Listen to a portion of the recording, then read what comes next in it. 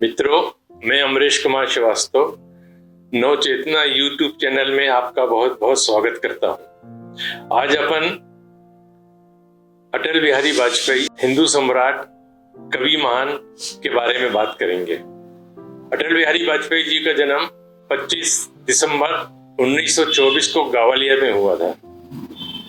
इनके पिता कृष्ण वाजपेयी शिक्षक थे और कवि थे। अतः अपन कह सकते हैं कि अटल बिहारी वाजपेयी जी को विरासत में ही कविता मिली थी। इनकी प्रारंभिक शिक्षा ग्वालियर में हुई। उसके बाद डीएवी कॉलेज में कानपुर से इन्होंने बीएससी की डिग्री प्राप्त की। डिग्री प्राप्त करने के बाद शुरू से ये हिंदूवादी थे, हिंदू सम्राट थे। इनका रुझान आरएसएस की तरफ हो गया और ये आरएसएस के लिए काम करने लगे। आरएसएस में ये बहुत ज्यादा सक्रिय रहे और आरएसएस की शाखाओं में जाना, उसके लिए काम करना, हिंदुओं के लिए काम करना, हिंदूवादियों के लिए काम करना, यह इनकी प्राथमिकता थी। हृदय सम्राट ये कवि भी थे। इनकी कई काव्य संग्रह जो है प्रकाशित हुए हैं, जिनमें से प्रमुख हैं मृत्यु या हत्या, राजनीति की कटीली राहें, मेरे रग रग में हिंदू, मैं हिंदूवादी आदि कई थी। 1957 में ये पहले बार चुनाव लड़े लोकसभा का। ये 3 जगह से चुनाव लड़े। ये लड़े यूपी के मथुरा से, लखनऊ से और बलरामपुर से। ये 2 जगह से तो चुनाव नहीं जीत पाए। बलरामपुर से चुनाव जीत के ये लोकसभा में पहुंचे। ये 1957 में पहले बार लोकसभा में पहुंचे और इन्होंने उस वक्त जनसंघ हुआ करती थी जिसका चुनाव चिन्ह था दिया। ये जनसंघ के लिए काम करते रहे और उससे पहले आरएसएस का जो निर्माण हुआ, आरएसएस ने, क्योंकि हिंदूवादी संगठन था, यह राजनीतिक संगठन नहीं था। 1951 में जनसंघ का स्थापना हुई और ये उसके फाउंडर मेंबर थे या संस्थापक थे। अटल बिहारी वाजपेयी पहले दिन से उसके सदस्य रहे और 1957 में जनसंघ से चुनाव जीत के ये पहले बार लोकसभा पहुंचे। उसके बाद ये लगातार चुनाव लड़ते रहे। यही एक ऐसे व्यक्ति थे जो 4 प्रदेशों से चुनाव लड़े। ये गुजरात के गांधीनगर से चुनाव लड़े, ये मध्य प्रदेश की विदिशा और ग्वालियर से चुनाव लड़े, ये यूपी के लखनऊ, मथुरा और बलरामपुर से चुनाव लड़े और ये दिल्ली से भी चुनाव लड़े।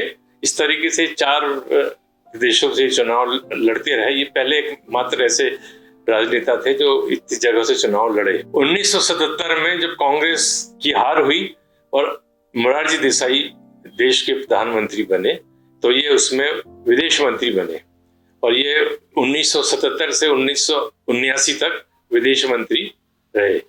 इस बीच में ये 1978 से 1973 तक जनसंघ के, भारतीय जनसंघ के अध्यक्ष भी रहे। 1980 में, अप्रैल 1980 में जब जनता पार्टी टूटी, क्योंकि भारतीय जनता पार्टी का निर्माण हुआ, तब ये उसके भी संस्थापक मेंबर थे।